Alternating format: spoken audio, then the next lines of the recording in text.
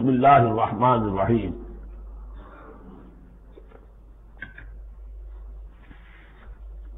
سبح للہ ما فی السماوات وما فی الارض. سورہ حدید اس سے ایک لفظ میں بڑھ گیا صرف. وہاں تھا سبح للہ ما فی السماوات والارض، یہاں ما فی کا اضافہ. تسبیح کرتی ہے اللہ کی ہر وہ شے جو آسمانوں میں ہے اور ہر وہ شے جو زمین میں ہے. گویا کہ ایمفیسس بڑھ گیا. باقی وہی دو اسماء گرامی اللہ کے، وہو العزیز الحکیم، وہ العزیز ہے، زبردست ہے، اس کا اختیار مطلق ہے، اس میں کوئی چیکس اینڈ بیلنسز نہیں ہے، لیکن حکیم ہے، کمال حکمت والا. هو الذي اخرج الذين كفروا من اهل الكتاب من ديارهم لاول الحشر. اس میں اب یہ غزوہ بنی نذیر کا ذکر ہو رہا ہے. 3 قبیلے تھے مدینے میں جب حضور تشریف لائے ہیں، بنو قینقاع، بنو نذیر، بنو قریظہ. سب سے پہلے ان تینوں سے معاہدہ ہو گیا.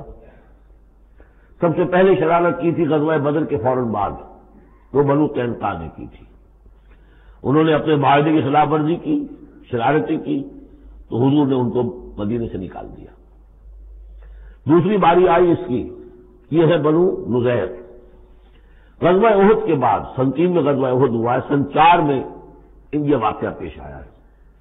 انہوں نے، ان کا ایک سردار تھا کعب بن اشرف، اس نے بڑی ریشہ دوانی شروع کی. قریش کے ساتھ سلسلہ جنبانی ہو رہا ہے، خود بھی گیا کسی طریقے سے. ہم تو، ہماری جان ضیق میں آ گئی ہے، محمد آ گئے وہاں پر، آپ کی قوم کے لوگ ہیں، اب آپ ہی ہمیں ہماری جان ان سے چھڑائیں اور آپ لوگ حملہ کریں، ہم اندر سے مدد کریں گے. لہذا یہ ساری ریشہ دوانی ہو رہی تھی. ایک مرتبہ حضور کو بلایا، کچھ معاملات میں گفتگو کرنی ہے. جہاں بیٹھے ہوئے تھے کسی دیوار کی سائے میں نیچے، اس کے اوپر سے ایک بڑی چکچکی کا پاٹ جو ہے پھینکا تھا کہ حضور کو ہلاک کر دیں. تو یہ ساری ان کی طرف سے ریشہ دوانیاں ہو رہی تھیں. اس کے بعد بالآخر حضور نے فیصلہ کیا اور ان کے خلاف اقدام کیا. ربیع الاول سن 4 میں وہ حاصلہ کر لیا ان کا. 6 دن یا یہ کہ مختلف تعداد آئی ہے دنوں کی، یہ محاصرہ جاری رہا. ان میں ہمت نہیں ہوئی کہ یہ مقابلہ کرتے. بالآخر انہوں نے سرنڈر کر دیا اور طے یہ پایا کہ انہیں جانے کی اجازت ہوگی اور جو سامان بھی یہ یہاں سے لے جا سکے. کیونکہ یہ ظاہر بات ہے کہ ان کے مکان تھے، وہ مکان بھی وہ گرا رہے تھے، کیوار ہی لے جائیں، وہ جو اوپر کڑیاں لگی ہوئی ہیں وہی لے جائیں. تو یہ سب کے سب جو پورا قبیلہ ہے نکل گیا، جو سامان اٹھا کر لے جا سکتے تھے وہ لے گئے. وہ تیسرا معاملہ جو ہوا پھر وہ بنو قریظہ کا ہوا، وہ غزوہ احزاب کے بعد ہوا، وہ ہم پڑھ چکے ہیں سورہ احزاب کے اندر. اس طرح ایک ایک کر کے تینوں قبائل نے یہود کے وعدہ خلافی کی اور پھر وہ اپنے کیفر کردار کو پہنچے. یہ بنی نذیر کا معاملہ ہے. هو الذی اخرج الذین کفروا من اہل الکتاب من دیارہم، وہی ہے جس نے نکال باہر کیا ان کافروں کو جو اہل کتاب میں سے تھے ان کے گھروں سے، لاول الحشر، پہلے جمع ہونے کے وقت. یعنی مسلمان بھی سمجھتے تھے کہ اتنی آسانی سے نہیں ہوگا معاملہ، جنگ ہوگی، یہ سامنے آئیں گے، میدان میں آئیں گے، جنگ ہوگی، خونریزی ہوگی. ان لوگوں کی بڑی بڑکیں تھیں، پہلے تو بہت بڑکیں مارتے تھے کہ ہم یہ کر دیں گے، وہ کر دیں گے. مسلمانوں، قریش سے تمہاری جنگ ہوئی ہے، اگر بھی ہم سے اگر مقابلہ پیش آئے تو تمہیں معلوم ہوگا جنگ کسے کہتے ہیں، وغیرہ وغیرہ. یہ سورہ بنی اسرائیل، سورہ آل عمران کے بالکل شروع میں اس کا تذکرہ ہے.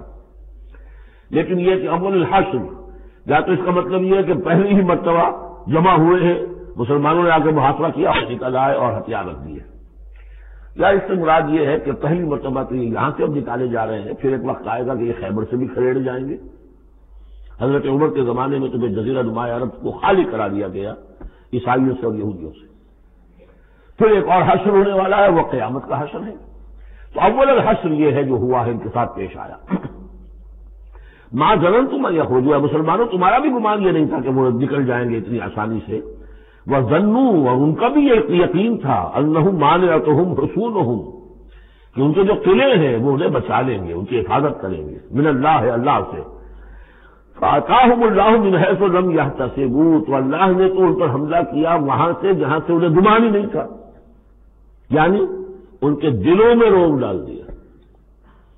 باہر سے کچھ کرنے کی ضرورت نہیں اللہ کو، اللہ نے ان کے دلوں میں خوف پیدا کر دیا. وَقَذَفَ فِي قُلُوبِهِمُ الرُّعْبَ، ان کے دلوں میں اللہ تعالیٰ نے رعب جو ہے وہ ڈال دیا.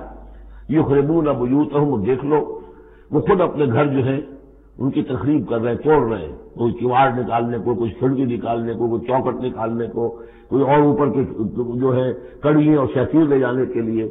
یخربون بیوتہم بایدیہم، اپنے ہاتھوں سے بھی تخریب ہو رہی ہے، وایدی المومنین، اور اہل ایمان کے ہاتھوں سے بھی. فاعتبروا یا اولی الابصار، تو اے آنکھوں والوں عبرت حاصل کرو. یہ گویا کہ سنایا جا رہا ہے بنو قریظہ کو بھی، جب تم رہ گئے ہو ایک رہ گیا، عبرت حاصل کرو. ولولا ان كتب الله عليهم الجلاء، اگر اللہ تعالیٰ نے پہلے سے یہ لکھ نہ دیا ہوتا کہ ان کو جلا وطن کیا جائے گا، لعذبهم في الدنيا، تو انہیں اور سخت عذاب دیتا دنیا کی زندگی میں. ولهم في الآخرة عذاب النار، اور آخرت میں تو ان کے لیے آگ کا عذاب ہے ہی. ذالک بانہم شاقوا اللہ ورسولہ، یہ اس لیے کہ انہوں نے اللہ اور اس کے رسول سے مخالفت کی، ضدم ضدہ کی. ومن یشاق اللہ فإن اللہ شدید العقاب، اور جو اللہ کے ساتھ اس کے ساتھ ضدم ضدہ کرے، اللہ کے ساتھ اللہ کی مخالفت پر کمر کس لے، تو تم سن لو کہ اللہ تعالیٰ تو پھر سزا دینے میں بہت سخت ہے. ما قطعتم من لینۃ او ترکتموها قائمۃ علی اصولھا، جو بھی تم نے لینا، یہ ایک خاص قسم کے کھجور کا درخت ہوتا تھا لینا، ان کے جو یہ گڑھیاں تھیں، ان کے جو مکان تھے، حویلیاں تھیں، ان کے چاروں طرف جو ہے کھجوروں کے اس طرح کی بار سی جیسے لگی ہوئی تھی، ایک طرح کی فصیل کھجوروں کا درخت ڈھلے. تو جب مسلمانوں نے محاصرہ کیا تو بعض جگہوں سے انہوں نے کھجور کے یہ درخت کاٹے، اس لیے کہ حملہ کرنے کے لیے کھلی جگہ چاہیے تھی. تو انہوں نے پھر پروپیگنڈا بنایا، اسکینڈل بنا دیا، دیکھو یہ اللہ کے رسول بنے پھرتے ہیں اور یہ اہل ایمان اور یہ درخت کاٹ رہے ہیں. تو یہاں اللہ تعالیٰ نے اہل ایمان کے اس اقدام کی طرف ان کا جواب عطا فرمایا ہے کہ یہ تم نے صحیح کیا تو غلط کام نہیں کیا. ما قطعتم من لینۃ او ترکتموها، تم نے جو بھی وہ کھجور کے درخت کاٹے یا جو بھی تم نے چھوڑ دیے انہیں، قائمۃ علی اصولھا، جو اپنی جڑوں پر کھڑے ہوئے ہیں اب بھی، فباذن اللہ، یہ سب اللہ کے اذن سے ہوا ہے. یعنی اللہ کے رسول صلی اللہ علیہ وسلم نے اگر نہیں روکا ہے تو ان کا نہ روکنا گویا کہ اللہ کی طرف سے اس کی ایک منظوری اور اس کی طرف سے اللہ تعالیٰ کی طرف سے امپلائڈ جو ہے اس کی سینکشن ہے. ما قطعتم من لینۃ او ترکتموها قائمۃ علی اصولھا فباذن اللہ ولیخزی الفاسقین، اور یہ اس لیے تھا تاکہ فاسقوں کو اللہ تعالیٰ رسوا کرے اور ذلیل و خوار کرے. اب اس سورہ مبارکہ کا یہ ایک اہم ترین مضمون آ رہا ہے اور وہ ہے فے کا مال. مال غنیمت جب جنگ ہو اور جنگ کے نتیجے میں جو بھی مال ملے وہ مال غنیمت ہے، اس کا حکم سورہ انفال میں آ چکا. خمس جو ہے 5واں حصہ اللہ اور اس کے رسول کے لیے اور رسول کے قرابت داروں کے لیے اور مسکینوں کے لیے اور وابن السبیل اور مسافر کے لیے.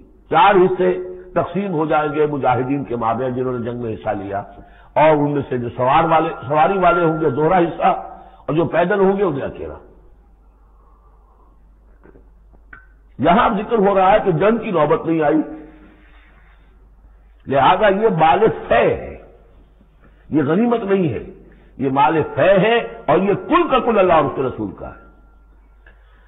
گویا کہ اس میں کسی کو بھی مسلمان کو کوئی حصہ نہیں ملے گا سوائے اس کے کہ جو اللہ کا رسول کسی کو فقیر کو، غریب کو، مسکین کو دینا چاہے وہ الگ بات ہے. وما افاء اللہ علی رسولہ، اور جو مال کے ہاتھ لگا دیا ہے اللہ نے اپنے رسول کے، منہم ان سے یعنی بنو نذیر سے، فما اوجفتم علیہ من خیر ولا رکاب، تو دیکھو اے مسلمانوں تم نے ان پر نہیں دوڑائے نہ اپنے گھوڑے نہ اونٹ، ولکن اللہ یسلط رسلہ علی من یشاء، یہ تو اللہ کی حکمت ہے، مشیت ہے، اس کی قدرت ہے، اللہ تعالیٰ مسلط کر دیتا ہے اپنے رسولوں کو جس پر چاہتا ہے. یہ خاص قدرت خدا بندی سے کہ اللہ نے ان کے دلوں میں رعب ڈال دیا، انہوں نے خود آ کے سرنڈر کر دیا.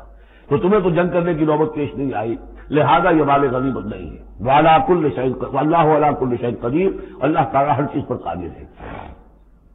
اب یہ حکم آ رہا ہے ما افاء اللہ علی رسولہ من اہل القری، جو مال بھی ہاتھ لگا دے اللہ اپنے رسول کے ان تمام بستی والوں سے، فللہ وللرسول ولذی القربى والیتامى والمساکین وابن السبیل. اس کا جو مصرف ہے وہ یہ کہ اللہ اس کا رسول، اس سے مراد اسلامی ریاست، پھر رسول کے اپنے اخراجات، اپنی ازواج مطہرات کا دار نفقہ، اپنا جو ذمہ داریاں ہیں معاشرتی، پھر رسول کے قرابت دار، ظاہر بات ہے ذی قربا جو ہے وہ عام آدمی کے لیے قرابت دار ہے، ان کے ساتھ حسن سلوک ہوتا ہے، تو رسول کے بھی تو قرابت دار ہے، اور رسول کا کوئی اور ذریعہ معاش تو ہے نہیں۔ والیتامى والمساکین وابن السبیل، باقی اس کے علاوہ جو بھی مستحق ہیں، فقراء ہیں، غریب ہیں اور ان کے لیے محتاج ہیں۔ کہ لا یکون دولۃ بین الاغنیاء منکم، اور یہ اہم ترین اسٹیٹمنٹ آف آبجیکٹوز ہے۔ مقصد کیا ہے؟ کہ لا یکون، تاکہ ایسا نہ ہو کہ دولت تمہارے امیروں ہی کے مابین چکر لگاتی رہے۔ یعنی ظاہر بات ہے کہ اب جو لوگ بھی جو جنگ میں حصہ لیا ہے، جن کے پاس گھوڑے بھی تھے اور اونٹ بھی تھے، اب ان کو دگنے حصے مل جاتے سارے اس مال میں سے، تو گویا کہ جو لوگ پہلے ہی سے کچھ مرفع الحال ہیں، جن کے پاس پہلے ہی کچھ ہے، انہی کی طرف مال اور بڑھ رہا ہے، اور جو بیچارے غریب ہیں وہاں کے، وہ گویا کہ اس سے ان کی غربت کے ازالے کی کوئی شکل نہیں ہو پائے گی۔ تو اللہ تعالیٰ کے سامنے یہ ہے کہ دولت کی تقسیم ہو ایسی کہ اس کی سرکولیشن جو ہے معاشرے کے اندر، اس کی گردش دولت ایسی ہو کہ سب کو حصہ ملے اور سوسائٹی کے تمام طبقات جو ہے اس سے مستفید ہوں۔ کہ لا یکون دولۃ بین الاغنیاء منکم، تاکہ ایسا نہ ہو کہ یہ دولت، یہ سرمایہ، یہ مال تمہارے امیروں ہی کے مابین گردش میں رہے۔ اس کی ایک سادہ سی مثال میں دیتا ہوں کہ ایک کروڑ پتی کی بیٹی لاکھوں روپے کا جہیز لے کے ایک کروڑ پتی کے بیٹے کے گھر چلی گئی۔ گویا کہ وہ لاکھوں روپے کے جہیز نے گردش تو کی ہے، لیکن ایک کروڑ پتی سے نکل کے دوسرے کروڑ پتی کے گھر چلی گئی۔ یہ دولت گردش کر رہی ہے اسی ایک اونچے طبقے کے اندر، پوری کے اندر جو ہے گردش ہو رہی، گردش ہے بھی اگر تو ان کے مابین ہونا یہ چاہیے کہ یہ سوسائٹی کے تمام طبقات کے اندر اس کا نفوذ ہو رہا ہو، سب کو اس سے فیض پہنچ رہا ہو، تاکہ یہ جو اس قدر جو ہے اونچ نیچ ہے، اتنی عدم مساوات ہے، وہ ختم ہو۔ وہ مساوات کے تمام انسان بالکل برابر کر دیے جائیں، وہ تو نہ کبھی ہوئی ہے نہ ہو سکتی ہے، وہ تو کمیونزم بھی مر گیا اور ایک دن کے لیے بھی اس مساوات کو قائم نہیں کر سکا۔ یہ ضرور ہے کہ انہوں نے جو اتنا فرق و تفاوت تھا، وہ نہیں ہے کہ جو امریکہ میں آج بھی ہے اور اس وقت بھی تھا، وہ فرق و تفاوت وہاں نہیں تھا، لیکن یہ کہ بالکل برابر سپاہی اور سپہ سالار برابر تو نہیں ہو سکتے، کچھ نہ کچھ فرق تو ہوگا۔ لیکن یہ کہ ایسا نہ ہو کہ معاشرے کے ایک طبقے میں ایک طرف تو احتیاج ہی احتیاج بڑھتی چلی جائے، بھوک ہو، احتیاج ہو، جس کے لیے کہ یہاں تک فرمایا حضور نے کاد الفقر ان یکون کفرا، فقر جو ہے احتیاج وہ انسان کو کفر تک پہنچا دیتی ہے۔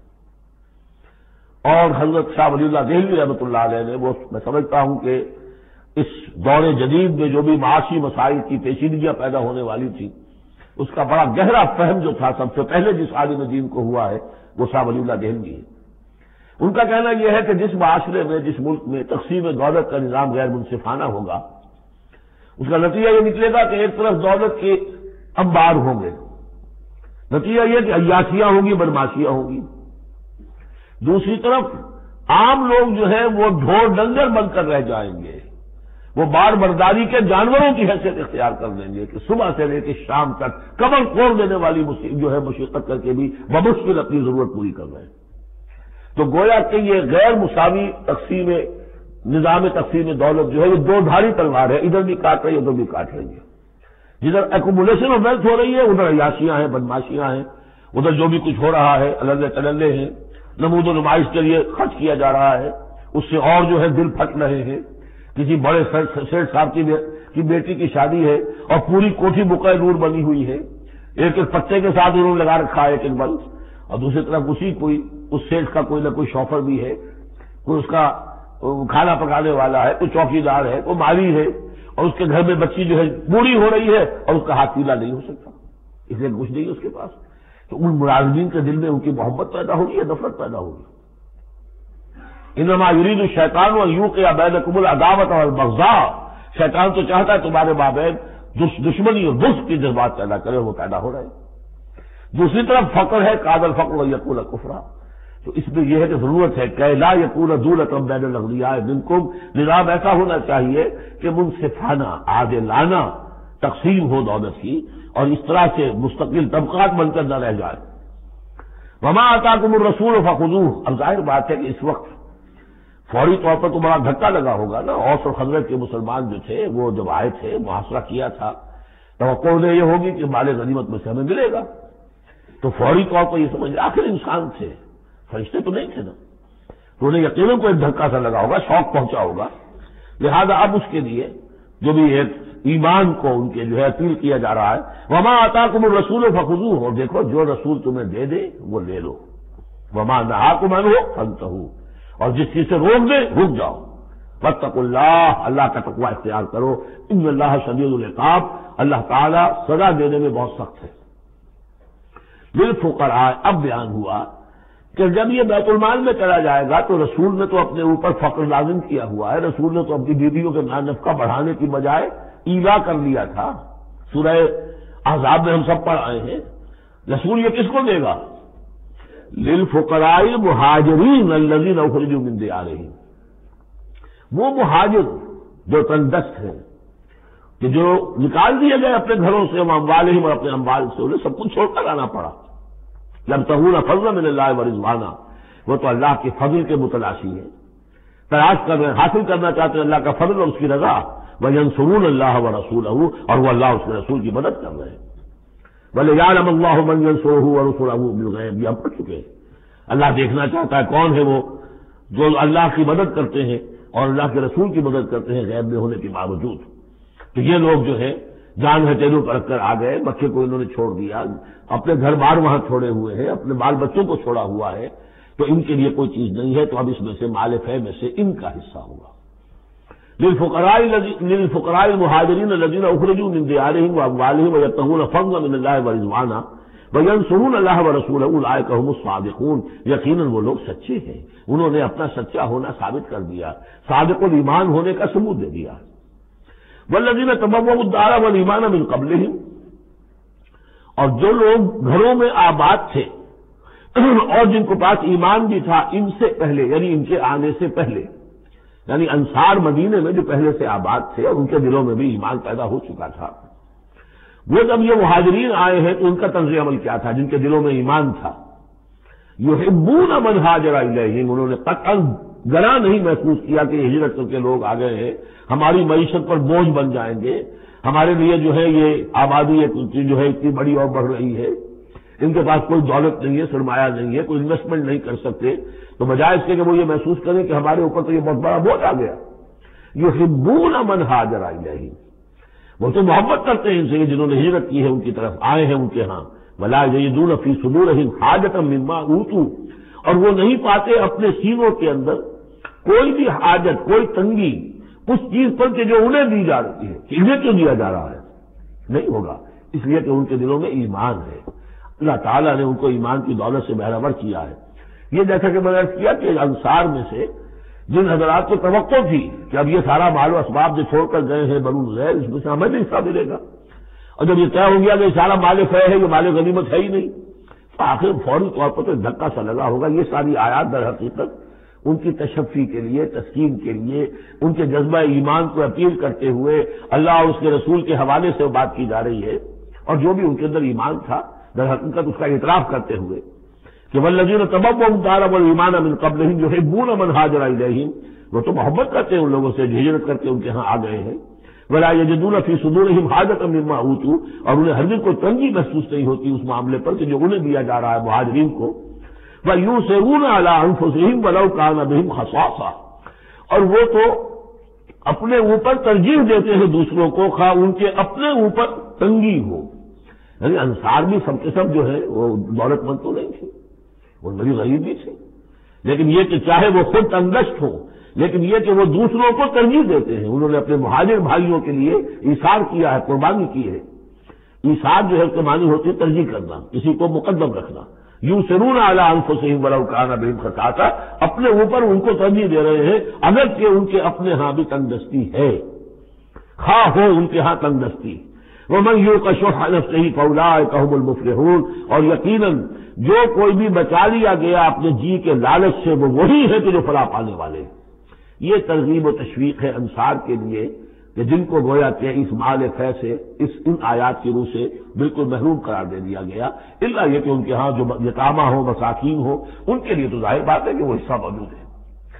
اب جو آیت آ رہی ہے اس حصے کی وہ یہ ہے، بہت عظیم آیت اس پہلو سے ہے کہ اسی سے استدلال کیا حضرت عمر نے رضی اللہ تعالیٰ عنہ ہماری تاریخ کے ایک بہت اہم موقع پر، جبکہ خاصا اختلاف بھی اس میں پیدا ہو گیا تھا۔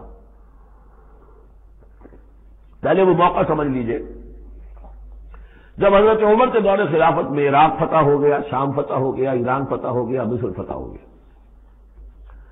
تو فرٹائل کریسنٹ کہلاتا ہے مڈل ایسٹ کا، بہت زرخیز علاقہ، درمیان میں تو اگرچہ عراق کے اور شام کے بڑا صحرا ہے، لیکن کریسنٹ پاتا ہی ہو، بہت فرٹائل ہے۔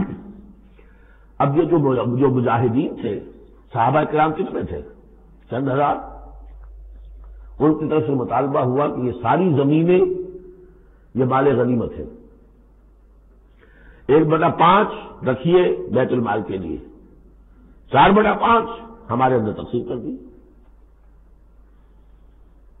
اگر ایسا ہو جاتا تو تاریخ انسانی کی عظیم ترین جاگیرداری پیدا ہو جاتی، پورا ملک تقسیم ہو جاتا، چند ہزار صحابہ کے اندر۔ اس سے بھی آگے بڑھ کر اس میں امپلائڈ یہ بھی تھا کہ ان ملکوں کی تمام آبادی ہماری غلام ہے، تقسیم کر دیجیے انہیں۔ مال غنیمت میں جو غلام آتے تھے وہ تقسیم ہوتے تھے کہ نہیں؟ لونڈیاں آتی تھیں تو غنیمت تقسیم ہوتی تھی کہ نہیں؟ یہ اتنا بڑا مسئلہ تھا، حضرت عمر رضی اللہ تعالیٰ عنہ نے اس پر غور کیا، اور ان کی رائے یہ ہوئی کہ یہ جو مال ہے یہ مال فے شمار ہوگا، مال غنیمت نہیں۔ مال غنیمت صرف وہ ہوگا جو کسی جنگ میں مارکے کے عین مقام پر جو چیز ملے گی، جو تلواریں دشمن کے ہاتھ سے آپ کے ہاتھ لگ گئیں، زرہیں ہیں اور سامان ہے، یا بھیڑیں بکریاں ہیں، ان کے بھی تو راشن ساتھ ہوتے تھے کہ نہیں، گھوڑے ہیں، اونٹ ہیں، یا وہاں جو POWs ہوں گے، جو وہاں گرفتار ہوں گے، جو لڑنے والے، یا عورتیں اگر وہاں ساتھ ہوں گی وہ کنیزیں بنائی جائیں گی، تو جو محاذ جنگ پر جو مال آئے گا وہ تو غنیمت ہے۔ لیکن پورا ملک، اب جنگ تو ایک ہوئی ہے، ہاون کی جنگ ہوئی ہے یا فلاں کسی اور کی جنگ ہوئی ہے، تو اس کے نتیجے میں تو پورا کا پورا ملک جو ہے کسی کے قبضے میں آ گیا۔ ساری حکومت جو تھی ابراہیم لودھی کی، پانی پت کی جنگ کے اندر وہ ہارا، اور ساری حکومت جو ہے وہ اب بابر کی ہو گئی۔ تو اگر اس طرح کا کوئی معاملہ اس وقت سمجھا جاتا تو اب سارے کے سارے لوگ غلام اور ان کی عورتیں کنیزیں جتائیں کریں۔ اب اس پر جب حضرت عمر کی یہ رائے ہوئی، اور اس کے لیے دلیل یہ لائے تھے کہ حکم نے فرمایا کہ یہ جو فے کا حکم چلا آ رہا ہے، اس میں ایک تو فرمایا گیا ما افاء اللہ علی رسولہ من اہل القری فللہ وللرسول ولذی القربى والیتامى والمساکین وابن السبیل۔ اگلی آیت میں فرمایا للفقراء المہاجرین الذین اخرجوا من دیارہم واموالہم۔ اسی کے ساتھ جوڑا انہوں نے اس آیت کو والذین جاؤوا من بعدہم، جو اور بعد میں آئیں گے۔ اب یہ ظاہر بات ہے کہ یہ آج تو جتنے چند ہزار مسلمان تھے انہوں نے فتح کر لیا، اب اتنی بڑی امت ہے جو مسلمان بعد میں آئیں گے، اس کا مطلب ان کا تو کوئی حصہ رہا ہی نہیں۔ یہ بیت المال کے حصہ کی ملکیت قرار پائیں گی ساری زمینیں، تاکہ یہ امت مسلمہ کی ایک کلیکٹو ملکیت ہو، collective ownership of the whole مسلم امہ، تاکہ اس سے جو بیت المال کے اندر خراج آئے گا اس خراج سے تمام مسلمانوں کی بہبود، اور یہ کہ اللہ کے دین کی آگے نشر و اشاعت، اس کا ایک مکمل نظام، اور جو ہماری حدیں ہیں وہ سرحدوں کے اوپر جو ہے فوجی پہرا، اس کے لیے باقاعدہ فوج رکھنا، اس کے لیے مسلسل جو ہے آمدنی چاہیے، اس سب کے لیے حضرت عمر نے کہا کہ یہ مال فے قرار پائے گا ان لوگوں کی اس آیت کی روح سے، کہ اس میں حق صرف انہی کا نہیں ہے کہ جو اس وقت ہیں، والذین جاؤوا من بعدہم، وہ جو لوگ ان کے بعد آئیں گے ان کا بھی اس کے اندر حق ہے۔ اس آیت سے انہیں استدلال کیا رضی اللہ تعالی عنہ۔ اور یہ بھی میں آپ کو بتا دوں کہ صحابہ میں سے بڑے اہم صحابہ نے حضرت عمر سے اختلاف کیا، ان کا نہیں یہ مال غنیمت تقسیم کیجیے۔ پھر یہ کہ ایک باقاعدہ جو ہے ایک کمیشن بنایا گیا، اس میں کچھ اوس کے، کچھ انصار اور کچھ جو ہے خزرج کے، ان کو ایک کمیشن بنایا گیا، انہوں نے غور کیا، سب کی بات سنی، اور پھر حضرت عمر رضی اللہ تعالیٰ عنہ کی رائے کے مطابق انہوں نے فیصلہ دیا، اور اسی پر پھر اجماع ہو گیا۔ اور اس سے اب مسلمان ممالک کے اندر جو اراضی ہیں ان کی دو مستقل قسمیں بن گئی ہیں، ایک اراضی عشری، ایک اراضی خراجی۔ عشری اراضی ان مسلمانوں کی قرار پائی اور اس علاقے کے مسلمانوں کی قرار پائی جو بغیر لڑے بھڑے ایمان لے آئے، جیسے مدینے کے لوگ۔ حضور نے مدینے کو فتح تو نہیں کیا بلکہ وہ تو خود لے کر آئے حضور کو، تو وہاں کی زمینیں انہی کے قبضے میں رہی۔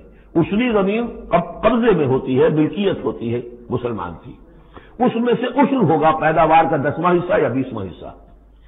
یہ زمینیں کہ جہاں کسی قوم نے کسی فوج نے ڈٹ بھڑ کر کوئی شکست کھائی ہو یا پھر کسی اور طریقے سے فتح کیا گیا ہو ملک، اگر مسلمانوں نے فتح کیا ہو تو وہاں کی ساری زمینیں خراجی ہیں، وہ کسی کی انفرادی ملکیت نہیں ہے بلکہ اجتماعی ملکیت ہے۔ کلیکٹو اونرشپ آف لینڈ پہلی مرتبہ تاریخ انسانی میں حضرت عمر رضی اللہ تعالیٰ عنہ کے اس اجتہاد کے نتیجے میں وجود میں آیا۔ کلیکٹو اونرشپ آف لینڈ، یہ کسی کی انفرادی ملکیت نہیں ہے۔ جو ملک بھی فتح کیا گیا ہے بزور شمشیر طاقت کے ساتھ، اس کی زمینیں خراجی ہیں، اشری نہیں ہے، یعنی وہ مسلمانوں کی اجتماعی ملکیت ہے، انفرادی نہیں ہے۔ اب مسلمان ہو چاہے تو وہاں پر چاہے وہ مجوسی تھے یا ہندو ہو کوئی ہو، وہ کاشت کریں گے، لیکن اس میں سے خراج جائے گا سیدھا بیت المال میں، کوئی اس میں بیچ میں نہ زمیندار ہے اور نہ کوئی جاگیردار ہے۔ اس زمین کو کہتے ہیں خراجی زمین۔ اور پچھلی صدی تک تقریباً اس پر اجماع تھا کہ ہندوستان کی ساری زمینیں خراجی ہیں، یہاں کوئی اس میں زمین نہیں ہے، کوئی زمین ملکیت ہی نہیں ہے، کسی کو ملکیت نہیں ہے، سب یہ مسلمانوں کی اجتماعی ملکیت ہے۔ چنانچہ